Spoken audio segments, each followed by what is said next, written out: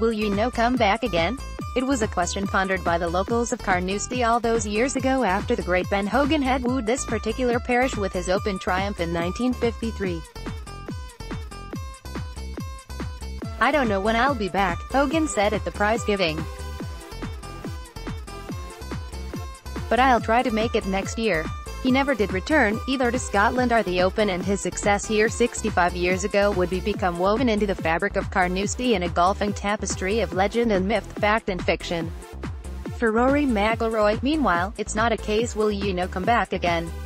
More a feeling of, I wish I could go back there again. McIlroy can do many things, but he can't turn back time. In 2007, a slightly chubby teenager destined to be a superstar won the silver medal here as the leading amateur at the Open. With that vast, curly mop of hair that just about had the topiary experts at the Royal Horticultural Society sharpening their shears in anticipation of clipping it into a decorative bush, a youthful McIlroy was in his element. "I probably could grow it back but I don't want to," he said with a reflective chortle. "When I looked in the mirror back then, I didn't think it was as big as it was. There are a few more grays in it these days. Trying to win majors can do that to you.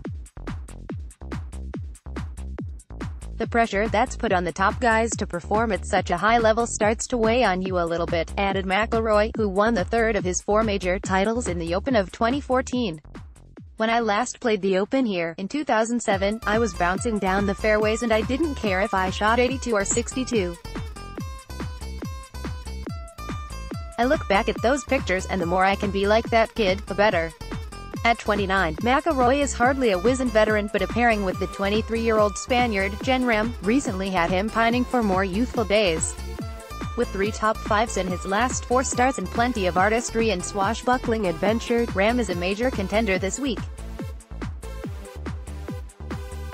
As you get older, you get a bit cautious, and it was nice playing with John because his first instinct is to pull the driver out and not thinking about trouble, said McIlroy. Playing with a carefree abandon is all well and good, but the nature of the firm, fiery test this week will require patience, mental fortitude, invention, plenty of feel and a good dollop of luck. While the greens are, well, green and pretty receptive, the yellowy, brown fairways at the 147th Open are generating so much run, a tee shot could easily roll into the 148th championship. If it was dubbed Carnoustie in 1999, then Carnoustie may have to do for 2018. The going is so baked out, there's a little bit of rain in the forecast, but nothing that's going to deliver a good rooking. To soften up the rock-hard terrain here, you'd require Poseidon to whip up a tsunami in the North Sea. And as for some of the tight lies, they just about come with the sound of their own winds.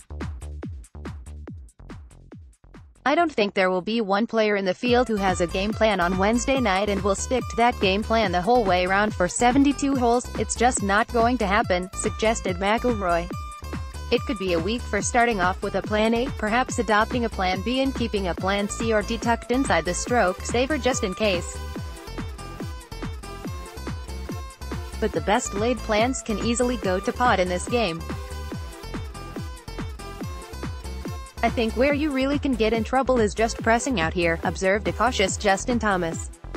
I'm probably going to hit a lot of irons out here. If I get 2-3 over par early on the front 9, you can potentially try to change your game plan and start hitting drivers. But then you start hitting them into bunkers or gorse bushes. And you start making more bogeys and double bogeys, and the next thing you know, you turn a 1 or 2 over into 5 or 6 over.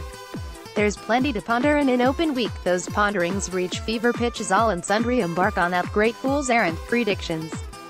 In the links game, with all its vagaries, such a task becomes even more bamboozling.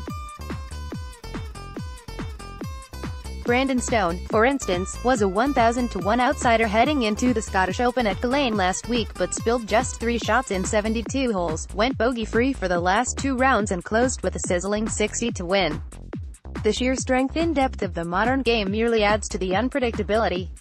The fields have become so much deeper, said McIlroy.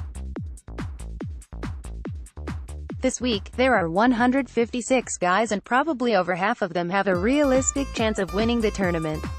Gary Player, the Carnoustie champion 50 years ago, took that theme a tad further. It's impossible, and with the way the course is set up and the conditions, anybody who plays in this tournament could win, said the sprightly South African, who won 9 major titles in his pomp. We did a little survey and 7 people gave 7 different answers. If you had that when Tiger was at his best, it would be unanimous that Tiger would win. But now I don't know who will win. After winning the Claret Jug in 2014, McIlroy's defense the following year was booted into touch after he injured himself playing football. In his last 2 Opens, though, he has finished tied 5th and tied 4th. In 2018, his form has often been as hard to fathom as the Carnoustie links this week. We can only wait to see which Rory turns up, but, as many will testify, McIlroy tends to be at his most dangerous when he's been relatively quiet. The runners and riders are bountiful and varied. Golf's 20-somethings may have won the last 5 majors, but the Open still remains the domain of the experienced campaigner. In the past decade, 7 of the 10 championships have been won by players aged 35 or over. Hogan's triumph in 1953, just 4 years after the car crash which nearly killed him, was part of a watershed season. Many have suggested that a Woods win in 2018, from the mangled wreckage of his physical and professional tumult, would be equally as absorbing. Whatever transpires in the Tiger tale, there will be a few twists in the tale of this Open too.